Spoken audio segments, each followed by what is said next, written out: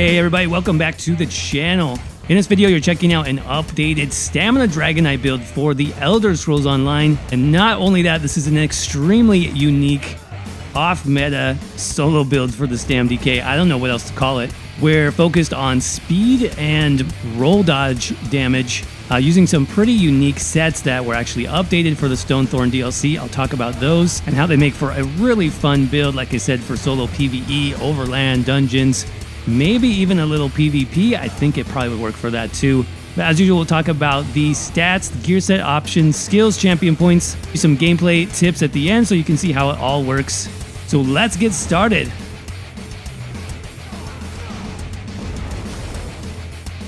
All right, everybody, here we are back on the Stamina Dragonknight, this time for another solo PvE build for the Elder Scrolls Online. This build is going to be great for overland content, for dungeons. World bosses, not as much on this build. This is more specifically just for quick farming, even Maelstrom Arena. This build is going to be a lot of fun for that.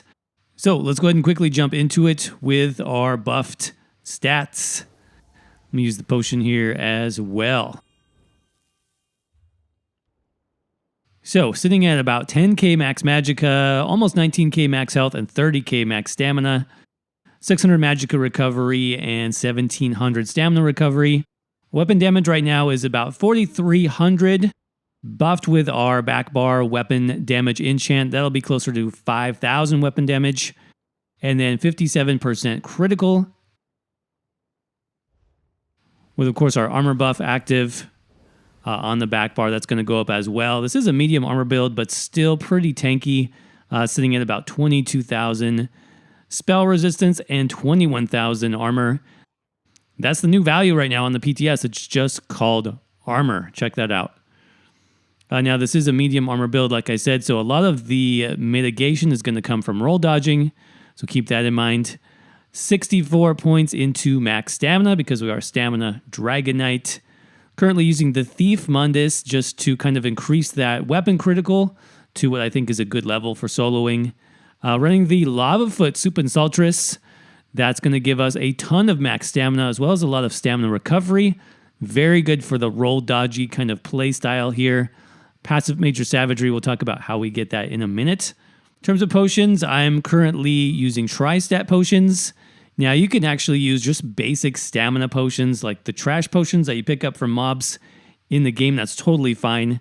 Tripods is a little bit overkill, to be honest.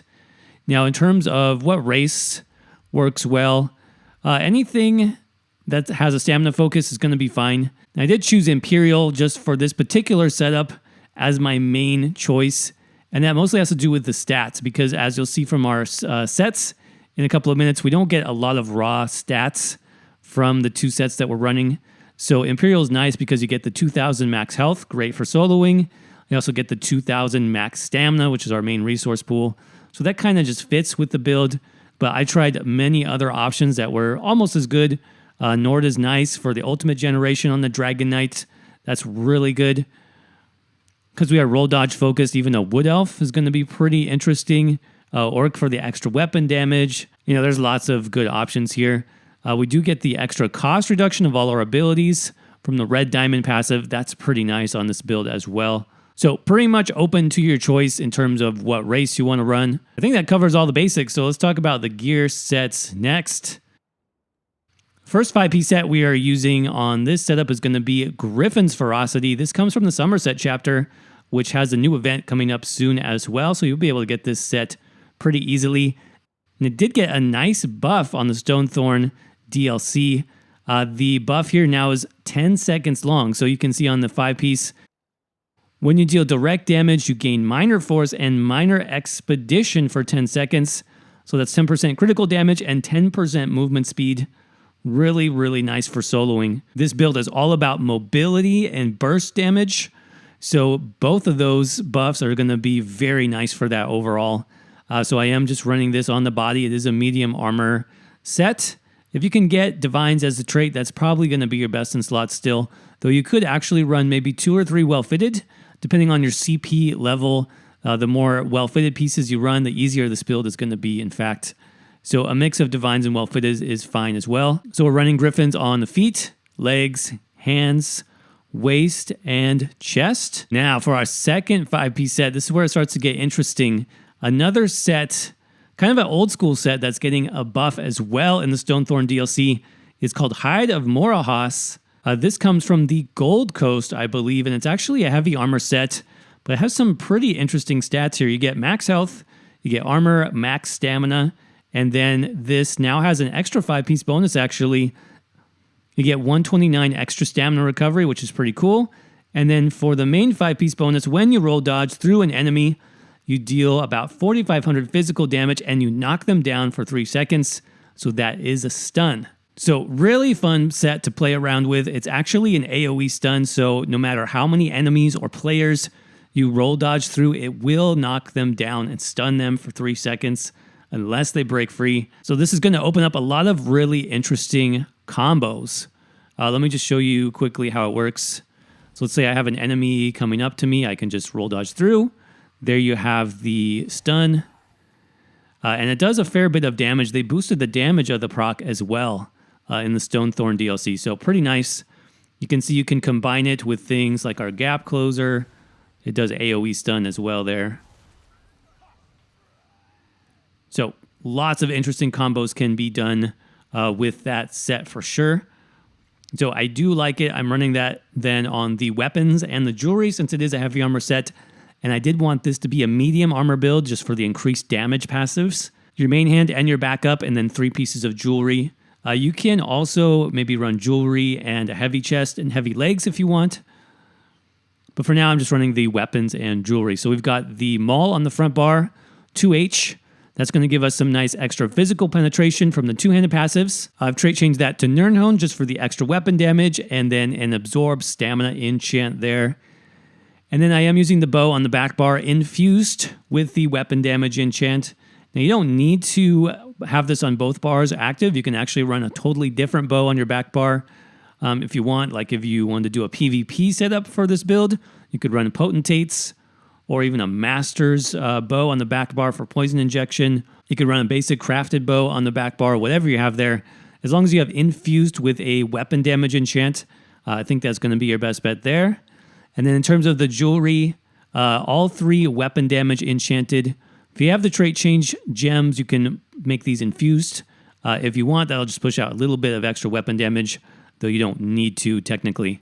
Now for our last set, the monster set, I went with Balorg here just because on the Stam DK we are running the Leap Ultimate, which is going to be up quite often. So we'll get a good bit of extra physical penetration and weapon damage from this as well. So you can see weapon and spell damage on the 1 piece.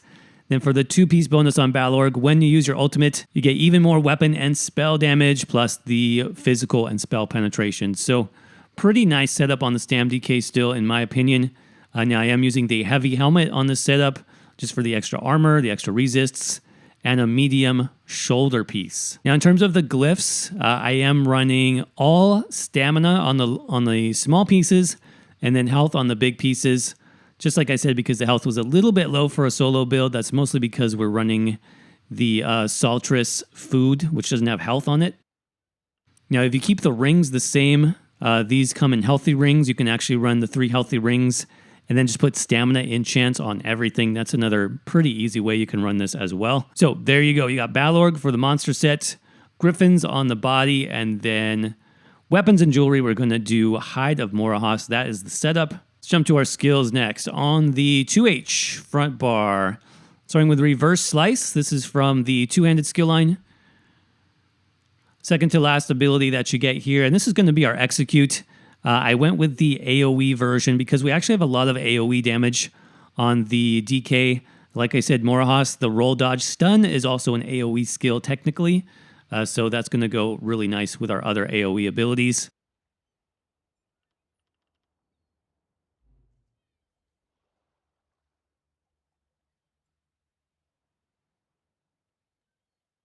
So it deals about 6k physical damage. It's always a critical strike. Then when you reach your target, you sunder the ground beneath you, and that's going to be AoE physical damage in the area every 1 second for 10 seconds. Really fun ability. Gets you around the battlefield fast, and like I said, even more AoE damage is nice. That's also from the 2-handed skill line, by the way. Second ability there. and we're choosing Stampede as the morph. Third ability, we've got a Dragonknight skill. This is going to be Noxious Breath from the Ardent Flame skill line. Noxious Breath is the third ability.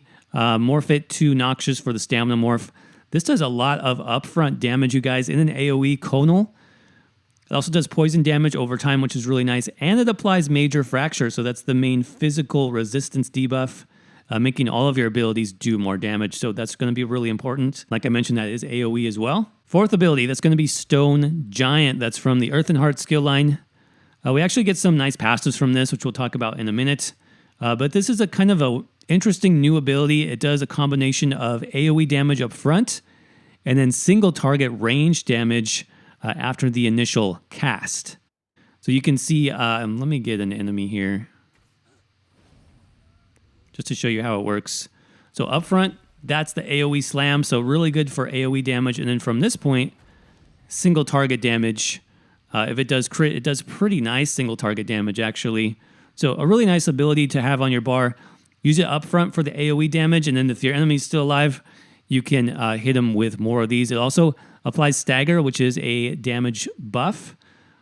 Increases the damage taken by 65 per stack for 6 seconds. Very, very nice. Now our last normal ability on the front bar, that's going to be Camouflage Hunter from the Fighters Guild seal line. Second to last ability here. And this is just nice for the buffs that we get. We can see we get Major Savagery passively, so that means we can just use simple stamina potions if we want. That's 10% weapon critical. You also get Minor Berserk when you do critical damage from the enemy's flank, so that's an extra 8% damage on top of that. Really nice ability, and you don't have to cast it to get those buffs, so that's why I like it. Finally, for the front bar ultimate, we've got Take Flight from the Draconic Power skill line. Does really nice physical damage. It is AoE as well with a stun, and it's low cost. So again, tons of AoE damage. You can combine this with everything else that we're doing, you know, from the Noxious Breath to the roll to the leap. It's just tons of burst damage all in an AoE. So really, really nice. Now let's swap over to the back bar, which is going to be our infused bow. We're doing a couple of bow skills here. Poison Injection from the bow skill line. Pretty nice ability. That's the last one that you get here. Poison Injection does do extra bonus damage the lower health your enemy is. Very low cost on the stamina DK thanks to our passives. And it can help some with our sustain as well. We'll talk about those passives in a minute. Now, if you're running something like Maelstrom Arena, you can actually do the other morph. Venom Arrow, which is an interrupt. That can be kind of nice depending on the content that you're doing. But for most content, I'm going to just do Poison Injection there. Then we've got Arrow Barrage. Arrow Barrage is also from the bow skill line. That's 10 seconds of AoE damage over time. This I'm really just going to save for like the beefier bosses or enemies that I'm going against. Obviously for PvP, you would not use this. For PvP, I would recommend just slotting an extra heal. You can do the morph of Scattershot that gives you a heal, or you can also do Ardent Flame. You can actually run Cauterize, which gives you a pretty nice heal even on Stamina Dragonknight. Now, talking about our main heal over time, that's going to be Echoing Vigor from the Assault skill line.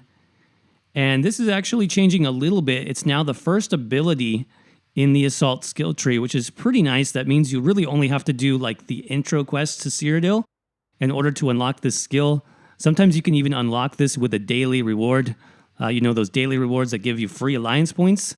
We just pick up one of those that will pretty much unlock the skill for you. So this does do a nice bit of heal over time for 10 seconds. So make sure you pick that up. It should be easier to get now. And then lastly, we just have two buffs here at the end on the back bar. We've got Molten Armaments. That is the second ability in Earth and Heart.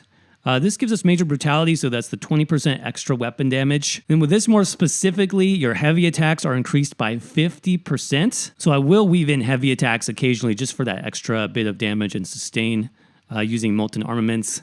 And then Volatile Armor is going to be our armor buff. That's from Draconic Power, first ability there. Either morph is honestly fine. Volatile Armor, if you happen to be PvPing, this can be nice for knocking Nightblades out of stealth. Because it does do an AoE ring of spikes around you. The other morph that gives you a damage shield, not quite as useful, but like I said, either morph you can make do with. Then for the back bar ultimate, you have some options here. Standard of Might is going to be really strong for something like Maelstrom Arena, where you need the extra protection. It also does a nice AoE dot for 20 seconds, which can be really powerful, so you can save that up. Now, if you want something a little bit easier, a little bit quicker to cast, I do recommend the Bow Ultimate for the back bar. That's called Ballista. Ballista gives you 5 seconds of damage over time. It's a little bit less costly, and you can fire that off at range. So that can be nice for burning down targets as well. Those would be my main 2 options, I think, for the back bar ultimate. All right, so we covered item sets and abilities. Let's talk about what passives you need to make this build work. In the Ardent Flame skill line, most of these are pretty good. Combustion, for example, we talked about the sustain on the Dragonknight. You can get 500 stamina every time you apply the poison status effect. That comes from things like Noxious Breath or Poison Injection on the back bar, so you can get some sustain there. You can also run a Poison Enchant on your front bar, which I didn't mention. That's another chance to proc Poisoned. Warmth gives you a snare on your Ardent Flame abilities, which is not bad for grouping up enemies especially. Searing Heat does increase the duration of Noxious Breath as well as the Dragonknight standard, so that's very important to pick up. And then World and Ruin, we talked about the cost reduction of those poison abilities. That also applies to Poison Injection, so I definitely recommend that passive as well. Draconic Power, these are more like your tanking skill line. You won't use these quite as much, like we really aren't blocking to use Iron Skin. We're roll dodging most of the time, but you can still grab that one. Burning Heart is nice for the extra healing. Elder Dragon is nice for health recovery and a bit of an increase of melee abilities. Then Scaled Armor, you get the extra spell resistance for free, so that's not bad. Earth and Heart, though, we have some very nice passives here. Starting with Eternal Mountain. This increases the duration of your weapon damage buff, that Molten Armaments, by quite a bit. You can see 36 seconds is a long time that you don't have to worry about recasting that. So really nice. Definitely pick that one up, as well as Battle Roar. This is another great sustain passive. Basically, when we use our ultimate, we get tons of resources flooding back in. Of course, you'll need that.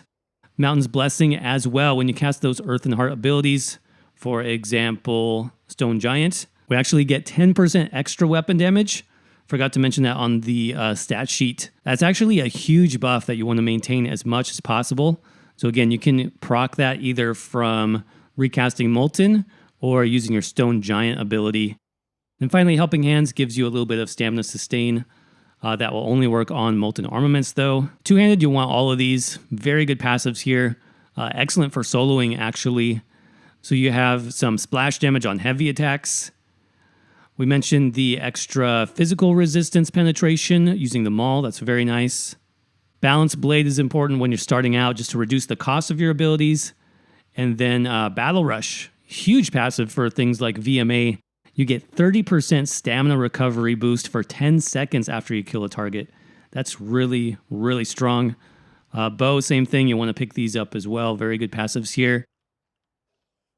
Now, under armor passives, basically medium armor is where you want to focus on this build. I would pick up all of these except for Improved Sneak. You can save a couple points there. Heavy armor, you don't need these necessarily, though if you are running like 2 pieces of the Morahas set on the chest and legs, you'll probably want to pick up the first passives. So Resolve gives you extra resistances, Constitution gives you extra recovery and sustain, and Juggernaut gives you extra health. Those 3 you can use for sure. And then Fighter's Guild. The main ones that you'll want on this build specifically is Slayer. You get some extra weapon damage on the front bar. And then Banish the Wicked for the 9 extra ultimate. This can add up really quick, again, in places like Maelstrom Arena or dungeons that happen to have a lot of undead that can make for a lot of ultimate generation. Undaunted, if you have that at max rank, you want to check out Undaunted Metal for the bonus health, stamina, and magicka. PvP, you don't really need these, though if you do want a PvP on this build, you can unlock things like Combat Frenzy for the extra ultimate. That can be very strong. Of course, you want all your race skills, and then Alchemy Medicinal Use for the extra potion duration. In terms of champion points, again, I set this up primarily for a solo overland style build. So keep that in mind. You can adjust these if needed. 9 into Warlord, 18 into Sprinter, 19 Tenacity, 43 Healthy, 49 Arcanist, 49 Mooncalf, 11 into Shadow Ward, and then you can see 72 into Tumbling. since we are so focused on roll dodging. 72 Master at Arms, 28 Thaumaturge, 51 Precise Strikes, 44 Piercing, 75 into Mighty. In the red tree, 81 into Ironclad, 27 into Medium Armor Focus. On the Dragonknight, this helps kind of balance your resistances, because remember, you do get the extra spell resistance from your Dragonknight passives. 64 into Hardy Elemental Defender, and then 34 into Thick Skinned. Let's quickly checking out the armor styles if you're interested. For the helmet, that's going to be the Heavy Glass Helmet. Armor styles are mostly medium, and that's going to be Zivkin. So that's covering chest, arms, feet. The only one that's different actually is the legs. That's going to be the Yakuden style. I believe it's in medium. So let's look at some of those different combos here. Of course, you want to buff up. Something we can do, obviously, is the Stampede into the roll dodge for that quick stun, and then just Executioner. That's really simple to do. Let me bring in some more of these guys over here. Come here, buddy. So combining Noxious Breath with the roll dodge, that's another AoE combo. Let's come up here. Stampede into the Noxious and a roll dodge. Noxious cancels really nice with a roll dodge, by the way. Sometimes you'll do just enough damage, also just to roll dodge and kill him off with the dodge itself.